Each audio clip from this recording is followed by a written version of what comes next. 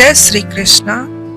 जीवन जीने का सही सलीका क्या है और कितने को आता है, जिसे भगवान श्री कृष्ण ने भगवत गीता के द्वितीय अध्याय में बताया है, जिसे सांख्य योग या गीता का सार भी कहा जाता है।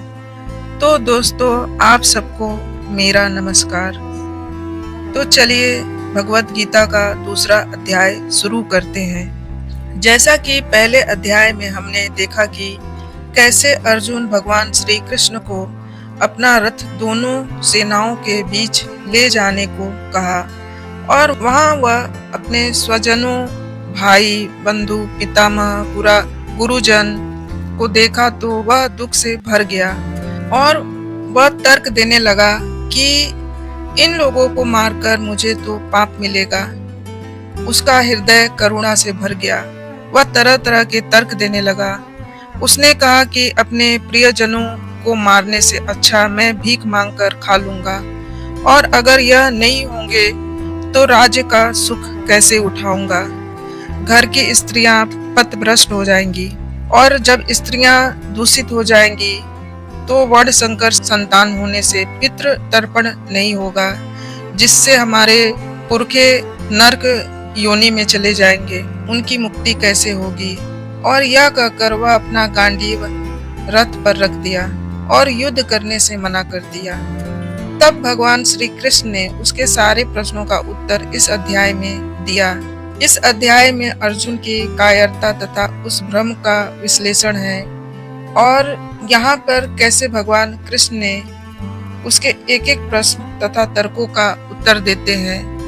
यहीं से उस ज्ञान की शुरुआत होती है, उस महानतम ज्ञान की, जिसके वजह से भगवत गीता दुनिया का महानतम ग्रंथ और ज्ञान का भंडार माना जाता है। द्वितीय अध्याय प्रथम श्लोक से स्टार्ट करते हैं।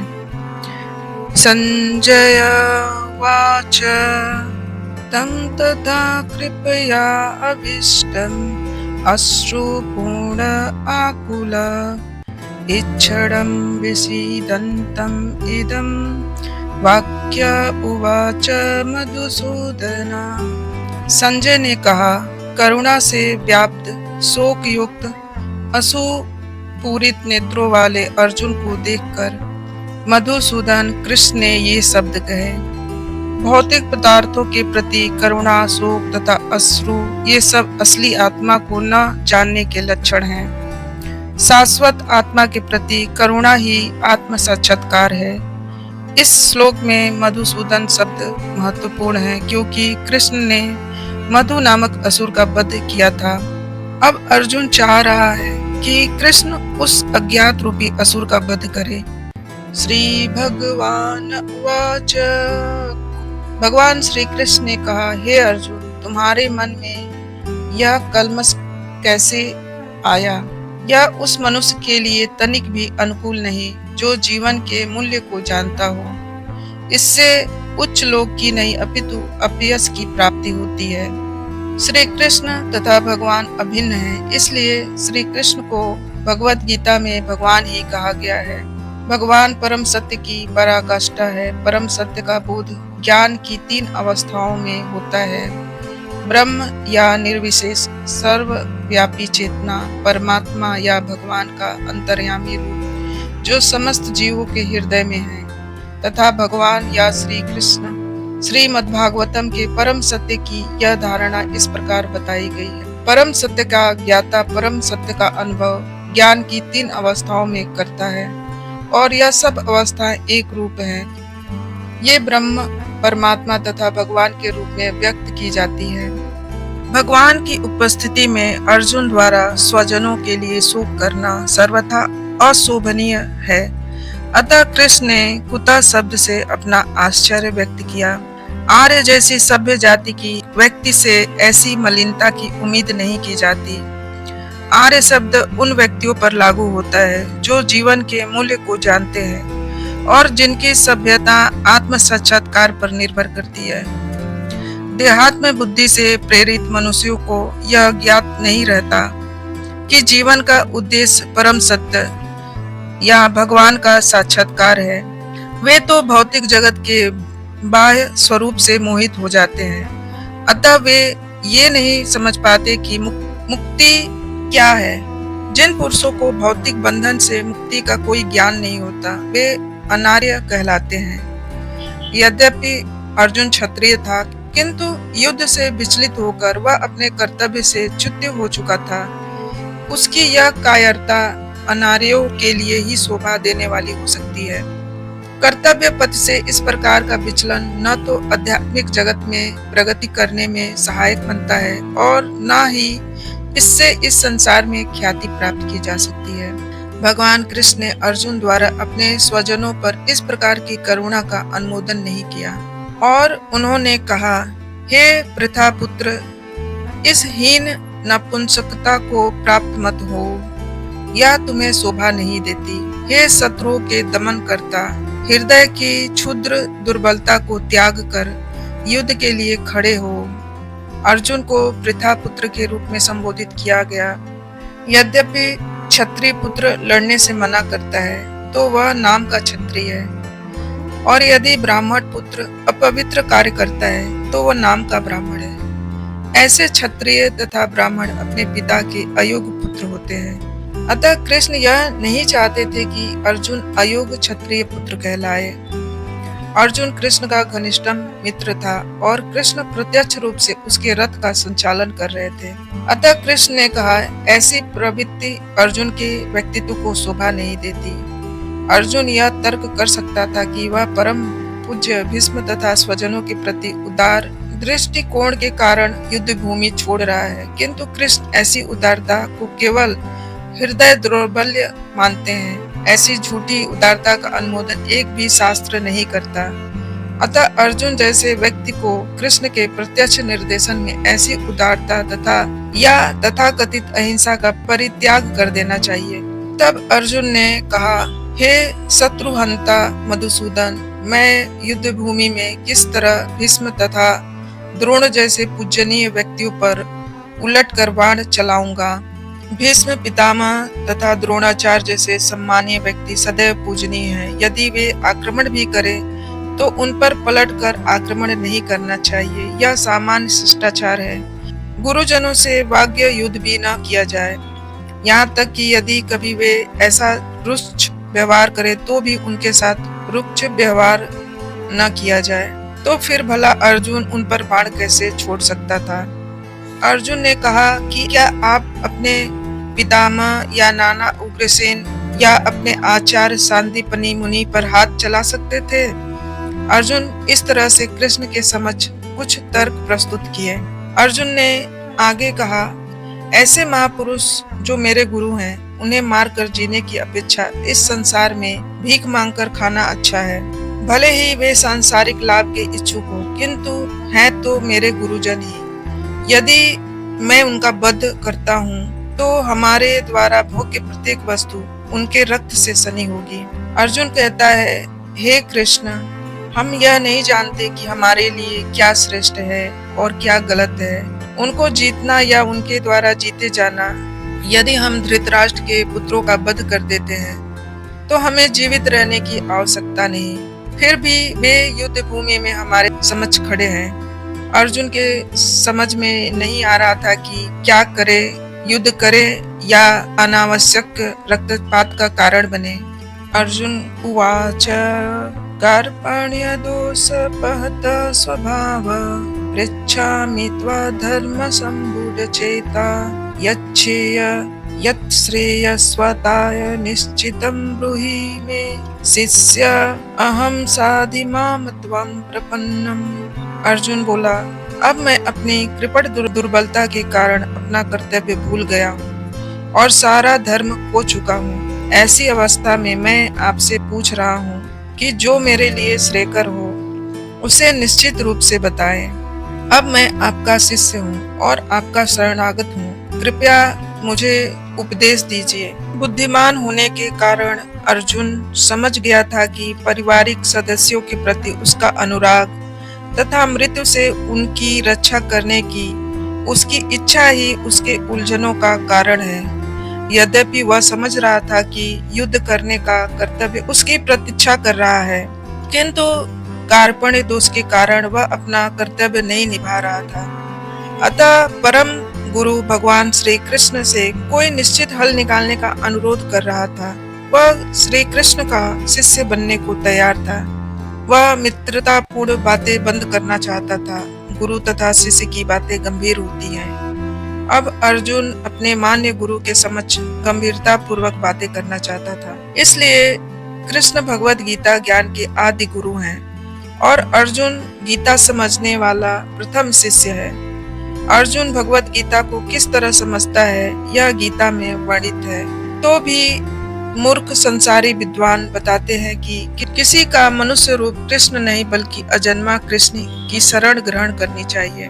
कृष्ण के अंतः तथा बाह में कोई अंतर नहीं है। इस ज्ञान के बिना जो भगवत गीता को समझने का प्रयास करता है वह सबसे बड़ा मूर्ख है। अर्जुन आगे बोलता है कि मुझे ऐसा कोई साधन नहीं दिखता जो मेरे इंद्रियों को सुखाने वाले इस शोक को दूर कर सके। स्वर्ग पर देवताओं के आधिपत्य की तरह इस धन धान्य संपन्न सारी पृथ्वी पर निष्कंटक राज्य प्राप्त करके भी मैं इस शोक को दूर नहीं कर सकूंगा। यद्यपि अर्जुन धर्म तथा सदाचार के नियमों पर आधारित अनेक तर्क प्रस्तुत करता है, किंतु ऐसा प्रतीत होता है कि वह अपने गुरु भगवान श्री कृष्ण की सहायता के बिना अपनी असली समस्या को हल नहीं कर पा रहा। वह समझ गया था कि उसका तथाकथित ज्ञान उसकी उन समस्याओं को दूर करने में व्यर्थ है जो उसके सारे शरीर को सुखाए दे रही थी। इन उलझनों को भगवान श्री कृष्ण कैसे आध्यात्मिक गुरु की सहायता के बिना हल कर पाना असंभव लग रहा था। तब भगवान श्री कृष्ण ने कहा, हे अर्जुन, तुम बड़े पांडित्य पूर्ण वचन कहते हुए उनके लिए शोक कर रहे हो। संजय वाच, संजय ने कहा। इस प्रकार कहने के बाद शत्रुओं का दमन करने वाले अर्जुन कृष्ण से बोला, हे गोविंद, मैं युद्ध नहीं करूंगा, और चुप हो गया। हे भरतवंशी धृतराष्ट्र, संजय ने धृतराष्ट्र को संबोधित करते हुए कहा, हे भरतवंशी। उस समय दोनों सेनाओं के मध्य शोकमग्न अर्जुन से कृष्ण ने मानो हंसते हुए ये शब्द कहे। श्री भगवान वाच, भगवान श्री कृष्ण ने कहा, अर्जुन, तुम तो बड़े पांडित्य पूर्ण वचन कहते हुए उनके लिए शोक कर रहे हो जो शोक के योग्य भी नहीं। जो विद्वान होते हैं वे न तो जीवित के लिए न ही मृत्यु के लिए शोक करते हैं। भगवान ने तत्काल गुरुपद संभालकर अर्जुन को उसकी मूर्खता पर डांटा। ऐसा कभी नहीं हुआ कि मैं न रहा हूँ या तुम न रहे हो, अथवा ये समस्त राजा न रहे हो, और न ऐसा है कि भविष्य में हम लोग नहीं रहेंगे। वेदों में कठोर उपनिषद में तथा श्वेताश्वर उपनिषद में कहा गया है कि जो श्री भगवान असंख्य जीवों के कर्म तथा कर्म फल के अनुसार उनकी अपनी अपनी परिस्थितियों में पालक हैं, वही भगवान अंश रूप में हर जीव के हृदय में वास कर रहे हैं। केवल साधु पुरुष जो केवल ईश्वर को भीतर बाहर देख सकते हैं, पूर्ण एवं शाश्वत शांति प्राप्त कर पाते हैं। भगवान श्री कृष्ण ने कहा, जिस प्रकार शरीरधारी आत्मा इस शरीर में बाल्यावस्था से तरुणावस्था में और फिर वृद्धावस्था में निरंतर अग्रसर होता रहता है, उसी प्रकार मृत्यु होने पर आत्मा दूसरे शरीर में चला जाता है। धीर व्यक्ति ऐसे परिवर्तन से मोह को प्राप्त नहीं होता। प्रत्येक जीव एक अविष्ट आत्मा है। वह प्रतिक्षण अपना शरीर बदलता रहता है, कभी बालक के रूप में, कभी युवा तथा कभी वृद्ध पुरुष के रूप में। तो भी आत्मा वही रहता है जिसमें कोई परिवर्तन नहीं होता। यह वैष्ट आत्मा मृत्यु होने पर अंततोगत्वा एक शरीर बदलकर दूसरे शरीर में देहांतरण कर जाता है, और चूंकि अगले जन्म में इसको शरीर मिलना असंभावी है, चाहे वह शरीर आध्यात्मिक हो या भौतिक।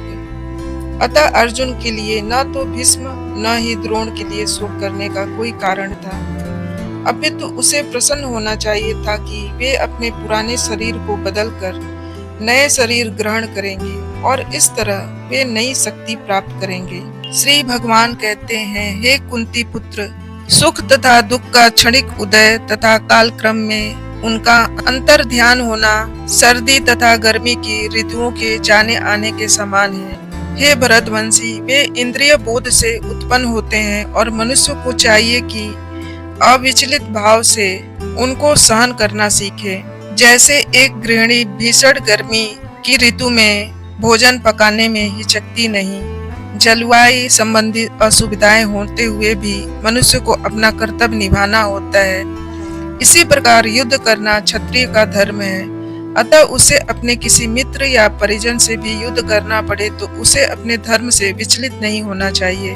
मनुष्य को ज्ञान प्राप्त करने के लिए धर्म के विधि विधान पालन करने होते हैं। हे श्रेष्ठ जन अर्जुन, जो पुरुष सुख तथा दुख में विचलित नहीं होता और इन दोनों भाव में समभाव रहता है, वह निश्चित रूप से मुक्ति के योग्य है। तत्वदर्शियों ने यह निष्कर्ष निकाला है कि असत भौतिक शरीर का तो कोई चिर स्थायित्व नहीं है, किंतु आत्मा अपरिवर्तित रहती है।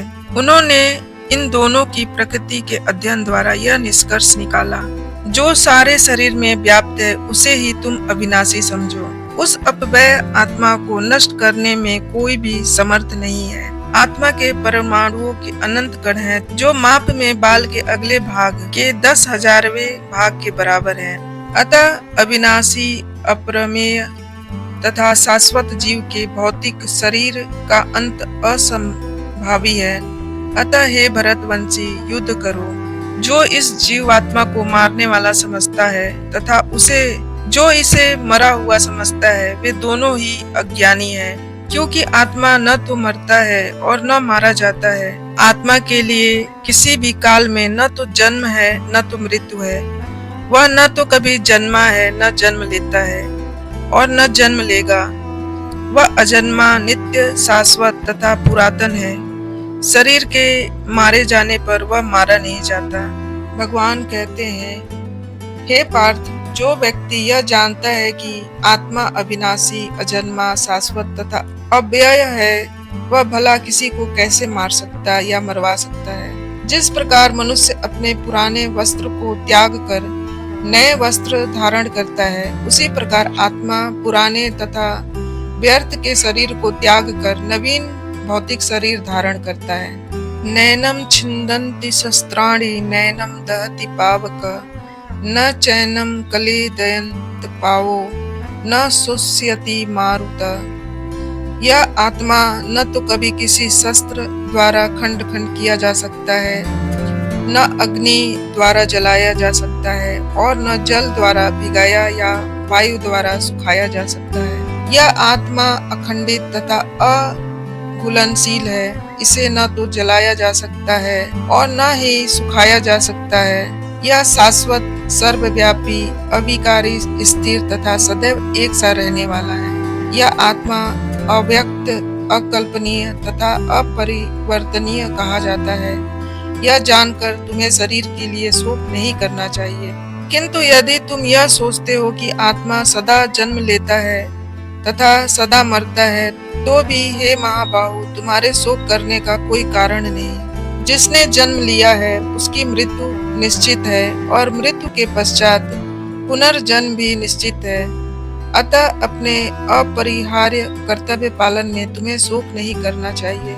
सारे जीव प्रारंभ में अव्यक्त रहते हैं, मध्य अवस्था में व्यक्त होते हैं और विनष्ट होने पर पुनः अव्यक्त हो जाते हैं। अतः शोक करने की क्या आवश्यकता है। कोई आत्मा को आश्चर्य से देखता है, कोई इसे आश्चर्य की तरह बताता है तथा कोई इसे आश्चर्य की तरह सुनता है, किंतु कोई कोई इसके विषय में सुनकर भी कुछ नहीं समझ पाता।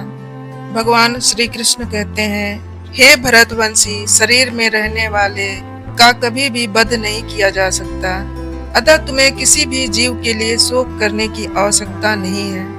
अब भगवान अविकारी आत्मा विषय पर अपना उपदेश समाप्त कर रहे हैं। अमर आत्मा के अनेक प्रकार से वर्णन करते हुए भगवान कृष्ण ने आत्मा को अमर तथा शरीर को नाशवान सिद्ध किया।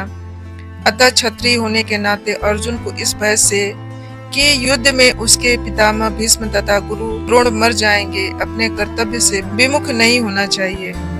कृष्ण को प्रमाण मानकर भौतिक देह से भिन्न आत्मा का पृथक अस्तित्व स्वीकार करना ही होगा।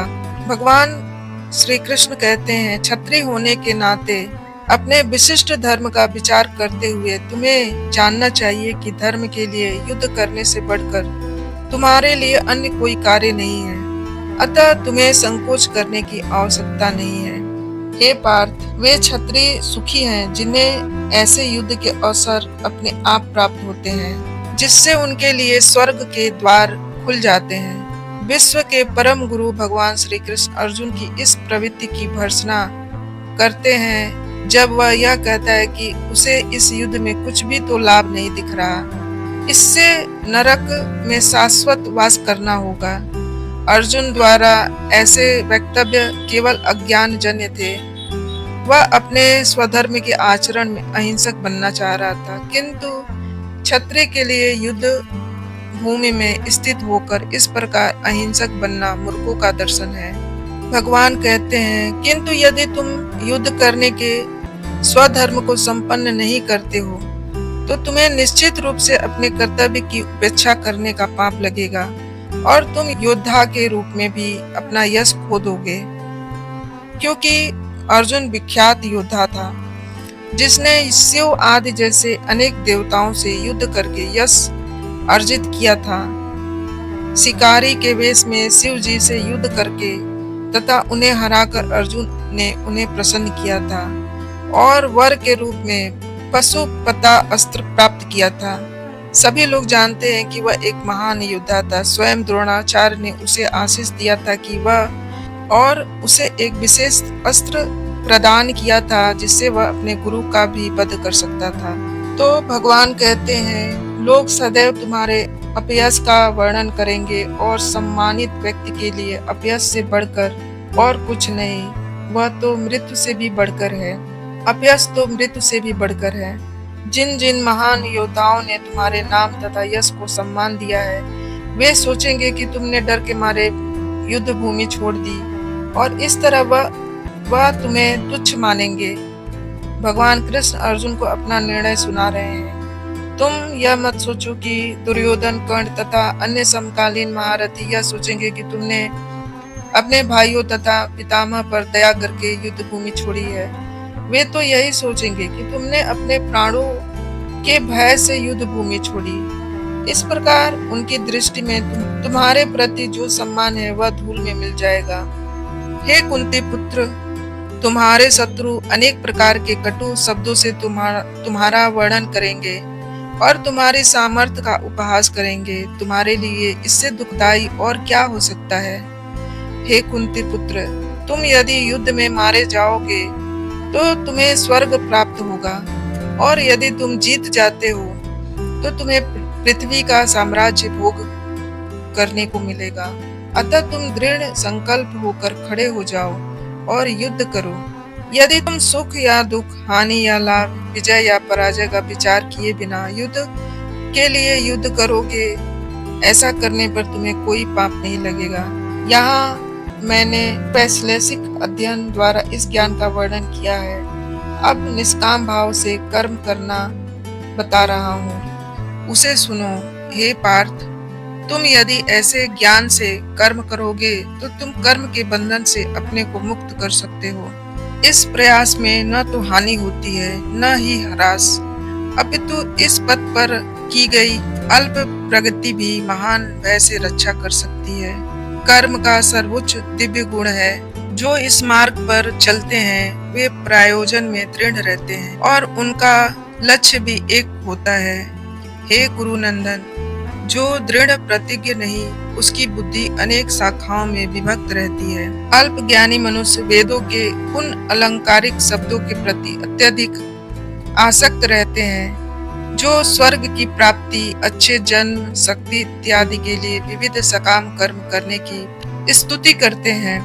इंद्रिय तृप्ति तथा ऐश्वर्यमय जीवन की अभिलाषा के कारण वे कहते हैं कि इससे बढ़कर और कुछ नहीं। साधारणतः सब लोग अत्यंत बुद्धिमान होते हैं और अज्ञान के कारण वेदों के कर्म कांड भाग में बताए गए सकाम कर्मों के प्रति अत्यधिक आसक्त रहते हैं।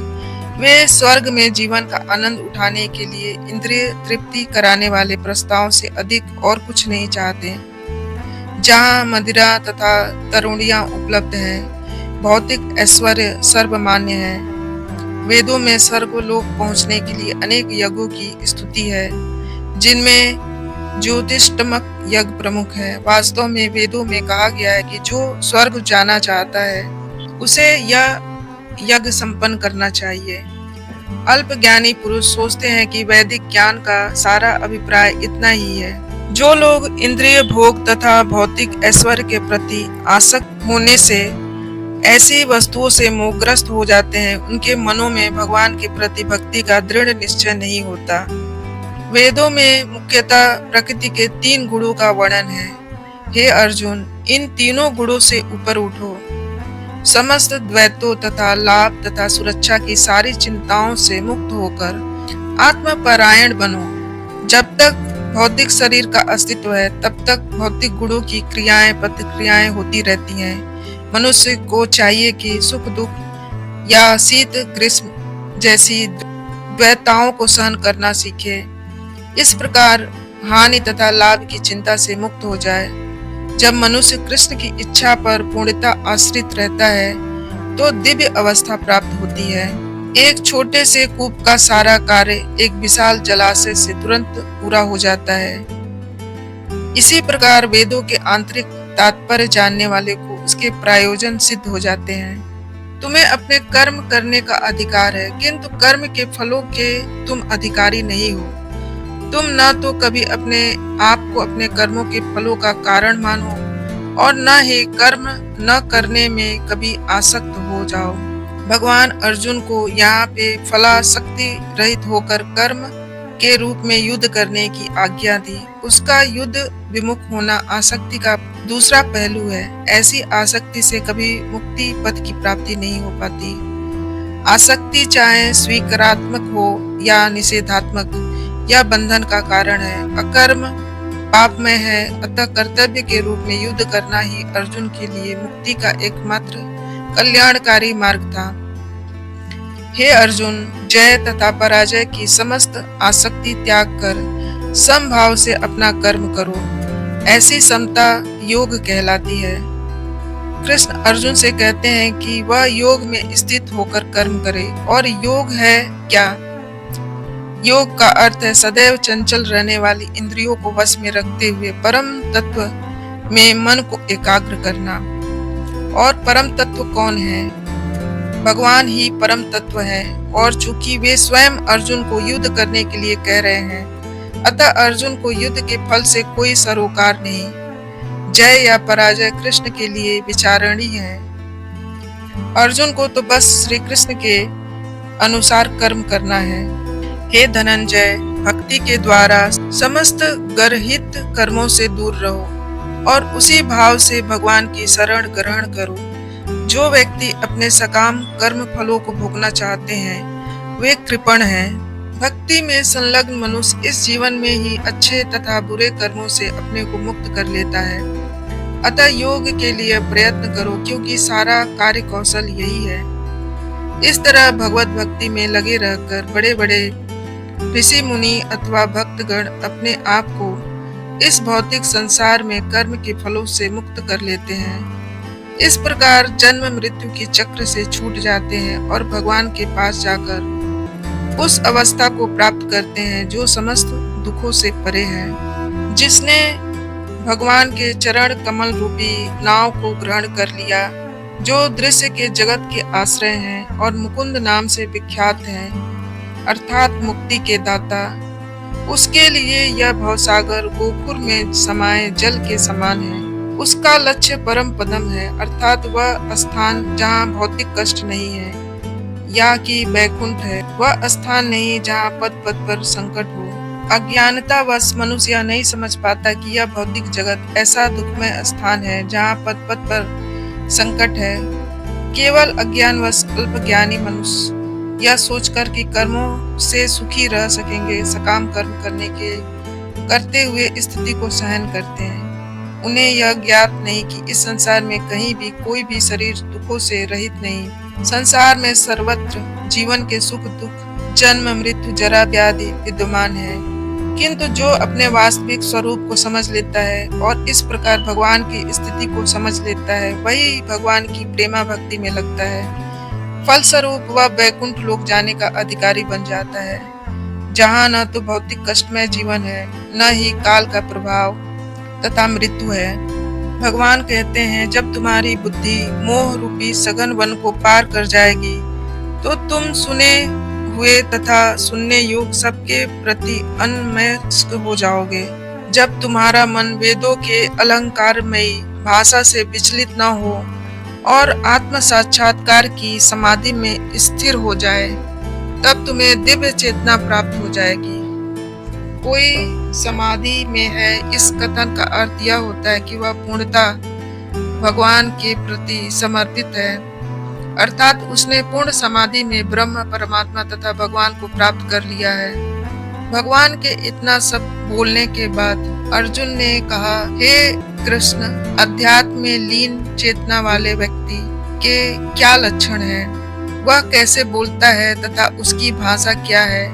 वह किस तरह बैठता है और चलता है? जिस प्रकार प्रत्येक व्यक्ति के लिए उसकी विशिष्ट स्थिति के अनुसार कुछ लक्षण होते हैं, उसी प्रकार भगवान कृष्ण के भक्त का विशिष्ट स्वभाव होता है, यथा उसका बोलना, चलना, सोचना आदि। जिस प्रकार धनी पुरुष के कुछ लक्षण होते हैं जिससे वह धनवान माना जाता है, जिस तरह रोगी अपने रोग के लक्षणों से रुग्ण जाना जाता है, या कि विद्वान अपने गुणों से विद्वान माना जाता है, उसी तरह कृष्ण की दिव्य चेतना से युक्त व्यक्ति अपने विशिष्ट लक्षणों से जाना जाता है। इन लक्षणों को भगवत गीता से जाना जा सकता है। किंतु सबसे महत्वपूर्ण बात यह है कि कृष्ण के भक्त किस तरह बोलता है, क्योंकि वाणी ही किसी मनुष्य का सबसे महत्वपूर्ण गुण है। कहा जाता है कि मूर्ख का पता तब तक नहीं लगा सकते जब तक वह बोलता नहीं। एक बने ठने मूर्ख को तब तक नहीं पहचाना जा सकता है जब तक वह बोले नहीं, किंतु बोलते ही उसका यथार्थ रूप प्रकट हो जाता है। कृष्ण के भक्त का प्रमुख लक्षण यह है कि वह केवल कृष्ण तथा उनके संबंध विषयों के बारे में बोलता है, फिर तो अन्य लक्षण स्वतः ही प्रकट हो जाते हैं। आगे भगवान श्री कृष्ण कहते हैं, हे पार्थ, जब मनुष्य मनोधर्म से उत्पन्न होने वाली इंद्रिय तृप्ति की समस्त कलाओं का परित्याग कर देता है और जब इस तरह से विशुद्ध हुआ उसका मन आत्मा में संतोष प्राप्त करता है, तो वह विशुद्ध दिव्य चेतना को प्राप्त कहा जाता है, जो तीनों तापों के होने पर भी मन में विचलित नहीं होता अथवा सुख दुख में प्रसन्न नहीं होता, न ही अप्रसन्न होता है, जो आसक्ति, भय तथा क्रोध से मुक्त है, वह स्थिर मन वाला मुनि कहलाता है। इस भौतिक जगत में जो व्यक्ति न तो शुभ की प्राप्ति से हर्षित होता है और न अशुभ के प्राप्त होने पर उससे घृणा करता है, वह पूर्ण ज्ञान में स्थिर होता है। जिस प्रकार कछुआ अपने अंगों को संकुचित करके खोल के भीतर कर लेता है, उसी तरह जो मनुष्य अपनी इंद्रियों को इंद्रिय विषयों से खींच लेता है, वह पूर्ण चेतना में दृढ़ता पूर्वक स्थिर होता है। देहधारी जीव इंद्रिय भोग से भले ही निवृत्त हो जाए, पर उसमें इंद्रिय भोगों की इच्छा बनी रहती है। लेकिन उत्तम रस के अनुभव होने से ऐसे कार्यों को बंद करने पर वह भक्ति में स्थिर हो जाता है। हे अर्जुन, इंद्रियां इतनी प्रबल तथा वेगवान है कि वे उस विवेकी पुरुष के मन को भी बलपूर्वक हर लेती हैं, जो उन्हें वश में करने का प्रयत्न करता है। जो इंद्रियों को पूर्णतः वश में रखते हुए इंद्रिय संयमन करता है और अपनी चेतना को मुझ में स्थिर कर देता है, वह मनुष्य स्थिर बुद्धि कहलाता है। इंद्रिय विषयों का चिंतन करते हुए मनुष्य को उसमें आसक्ति उत्पन्न हो जाती है और ऐसी आसक्ति से काम उत्पन्न होता है और फिर काम से क्रोध प्रकट होता है। क्रोध से पूर्ण मोह उत्पन्न होता है और मोह से स्मरण शक्ति का, और जब स्मरण शक्ति भ्रमित हो जाती है तो बुद्धि नष्ट हो जाती है और बुद्धि नष्ट होने पर मनुष्य भवकूप में पुनः गिर जाता है। किंतु समस्त राग तथा द्वेष से मुक्त एवं अपनी इंद्रियों को संयम द्वारा वश में करने में समर्थ व्यक्ति भगवान की पूर्ण कृपा प्राप्त कर सकता है। इस प्रकार से कृष्ण भक्त में तुष्ट व्यक्ति के लिए संसार के तीनों ताप नष्ट हो जाते हैं और ऐसे तुष्ट चेतना होने पर उसकी बुद्धि शीघ्र ही स्थिर हो जाती है। इस प्रकार से कृष्ण भक्ति में तुष्ट व्यक्ति के लिए संसार के तीनों ताप नष्ट हो जाते हैं और ऐसे तुष्ट चेतना होने पर उसकी बुद्धि शीघ्र ही स्थिर हो जाती है। जो भगवान कृष्ण की भक्ति से संबंधित नहीं है, उनकी न तो बुद्धि दिव्य होती है और न ही मन स्थिर होता है, जिसके बिना शांति की कोई संभावना नहीं। शांति के बिना सुख भी कैसे हो सकता है। जिस प्रकार पानी में तैरती नाव को प्रचंड वायु दूर बहा ले जाती है, उसी प्रकार विचरणशील इंद्रियों में से कोई एक जिस पर मन निरंतर लगा रहता है, मनुष्य की बुद्धि को हर लेती है। अतः हे महाबाहु, जिस पुरुष की इंद्रियां अपने आप विषयों से सब प्रकार से विरत होकर उसके वश में है, उसी प्रकार की बुद्धि निसंदेह स्थिर है। जो सब जीवों के लिए रात्रि है, वह आत्म संयमी के जागने का समय है, और जो समस्त जीवों के जागने का समय है, वह आत्मनिरीक्षित मुनि के लिए रात्रि है। बुद्धिमान मनुष्यों के दो श्रेणियां हैं। एक श्रेणी के मनुष्य इंद्रिय तृप्ति के लिए भौतिक कार्य में निपुण होते हैं और दूसरी श्रेणी के मनुष्य आत्मनिरीक्षक हैं, जो आत्म साक्षात्कार के अनुशीलन के लिए जागते हैं। विचारवान पुरुषों का मुनि के कार्य भौतिकता में लीन पुरुषों के लिए रात्रि के समान है। जो पुरुष समुद्र में निरंतर प्रवेश करती रहने वाली नदियों के समान इच्छाओं के निरंतर प्रवाह से विचलित नहीं होता और जो सदैव स्थिर रहता है, वही शांति को प्राप्त कर सकता है। वह नहीं जो ऐसी इच्छाओं को तुष्ट करने की चेष्टा करता रहता हो। जिस व्यक्ति ने इंद्रिय तृप्ति की समस्त इच्छाओं का परित्याग कर दिया है, जो इच्छाओं से रहित रहता है और जिसने सारी ममता त्याग दी है तथा अहंकार से रहित है, वही वास्तविक शांति को प्राप्त कर सकता है। निष्प्रय होने का अर्थ इंद्रिय तृप्ति के लिए कुछ भी न करना, कुछ भी इच्छा न करना। यह आध्यात्मिक तथा ईश्वरीय जीवन का पथ है, जिसे प्राप्त करके मनुष्य मोहित नहीं होता। यदि कोई जीवन के अंतिम समय में भी इस तरह स्थित हो, तो वह भगवत धाम में प्रवेश कर सकता है। इस तरह से श्रीमद् भगवद गीता के 2 अध्याय सांख्य योग या गीता का सार समाप्त होता है।